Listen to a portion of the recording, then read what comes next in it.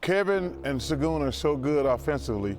It's gonna work most of the time, but you just can't give the ball to a player and say, "Go get it." Not against the elite teams, because you got the defense picked up, they turned the ball over. But it's the same thing we've been saying. I said, yo, man, this team is going to win a bunch of games because of Kevin and Sagoon. But when it really matters against the elite teams, they're not going to win. The Houston Rockets might look dangerous on paper, especially if you're imagining a roster that includes a scorer like Kevin Durant. But when you really break things down, this is not a finals contender. And the reasons go deeper than just surface level talent. Because in today's NBA, being a contender isn't about having names.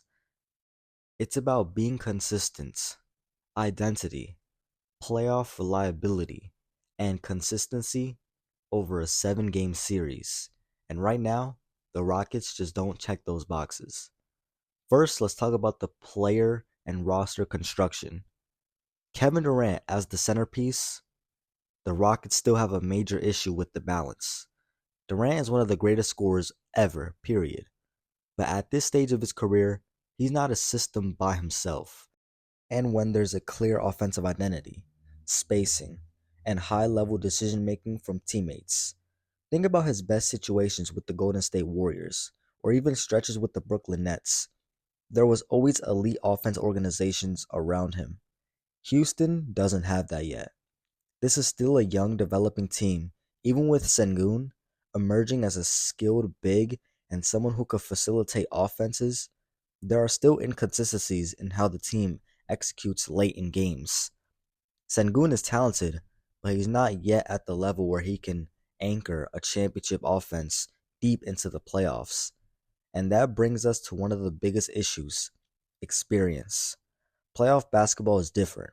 It slows down, every possession matters, defenses lock in, and weaknesses get exposed over and over again. The Rockets, as currently built, doesn't have enough players who have been through that grind. Kevin Durant has, obviously, but one player can't carry that burden alone anymore. We've seen that already in recent years. Who's initiating the offense consistently?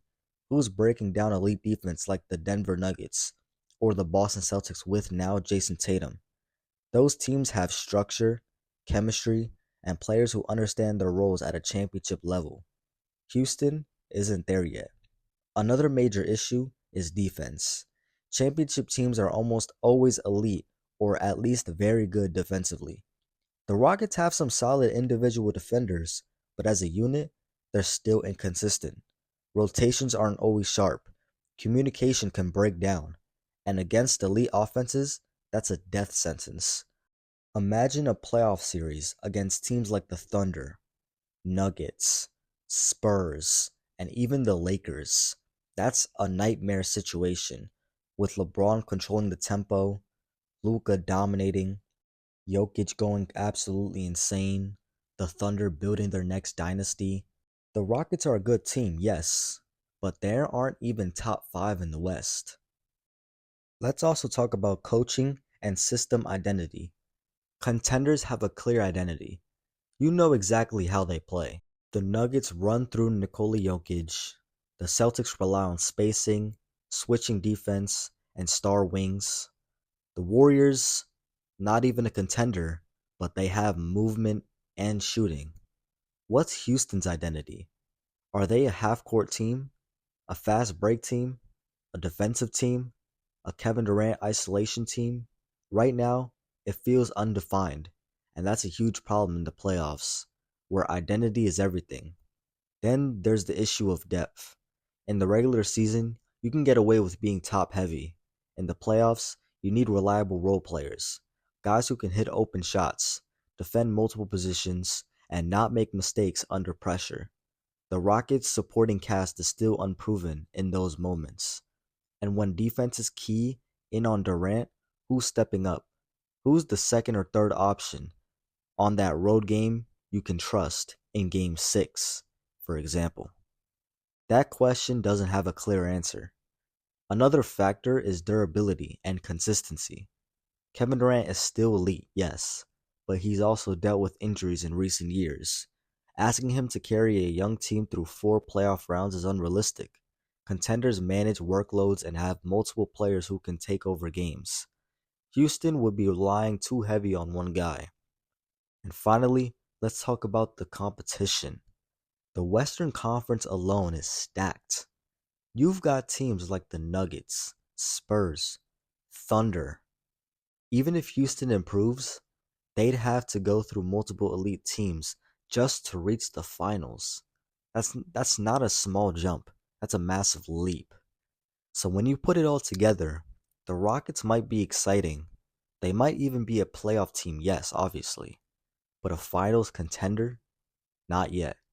They lack the experience, the identity, the defense consistency, and the proving supporting cast needed to survive deep playoff runs. Even with a superstar like Kevin Durant, Sengun, basketball is still a team game, and right now, Houston isn't built like a championship team.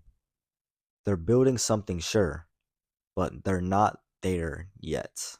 One of the most overlooked things when people talk about contenders is offensive predictability. In the regular season, talent can carry you.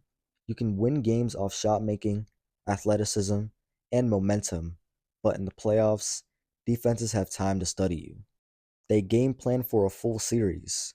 They take away your first option, then your second option, and then force your third option and fourth options to beat them. Right now, Houston's offense would be way too predictable in that environment. If Durant is your primary engine, every defense is loading up on him. Double teams, traps, forcing the ball out of his hands. So now what? The question becomes, what happens next? Who is consistently making the right read? Who is knocking down open shots under pressure? Who is attacking closeouts and creating efficient offense? That's where the Rockets fall short. Even a talented player like Sengun, while incredibly skilled, would be tested heavily in that role. Playoff defenses target him, force him into tough decisions, attack him defensively, and make him prove he can handle that pressure over a full series. And until a player proves, it is a question mark. Now let's talk about isolation basketball, because that's likely what Houston will lean into with Durant. Isolation works, to a point. Durant is one of the best isolation scorers ever, but even the best ISO players struggle when defenses are locked in. You need counters, off-ball movement, screening actions, spacing. That creates easy looks. The Golden State Warriors mastered this when Kevin Durant was there. He wasn't the system, he was the finisher within a system. In Houston, he would have to be the system, and that's a huge difference. Another major issue is late game execution. Contenders win close games. They know exactly what they're running in the final 2 minutes. There's no confusion, no hesitation. Everyone knows their role. The Rockets haven't shown that yet. Late in games, young teams tend to hesitate. They take tougher shots, they turn the ball over, they miscommunicate, and in the playoffs, one bad stretch can swing an entire series. Think about teams like the Denver Nuggets. They're calm in those moments because they've been there before. They trust their system and they execute. Houston would still be figuring it out real time. Now let's go even deeper into defense, because this is probably the biggest separator. Defenses in the playoffs isn't just about effort, it's about discipline, awareness, and adaptability. Teams will hunt mismatches every single possession. If you have a weak defender on the floor, they will find him over and over again. So ask yourself, can Houston guard elite offenses for 7 games? Can they consistently stop a player like Nikola Jokic, who can score and pass at an elite level? Can they handle a team with multiple creators like the Boston Celtics? Can they rotate perfectly against a team that spaces the floor and shoots at a high level? Right now, the answer is no. They might have moments. They might have even a win or two against a team, but over a full series, those defenses laps add up.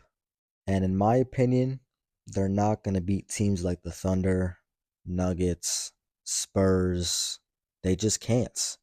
Let me know what you guys think about this in the comments section.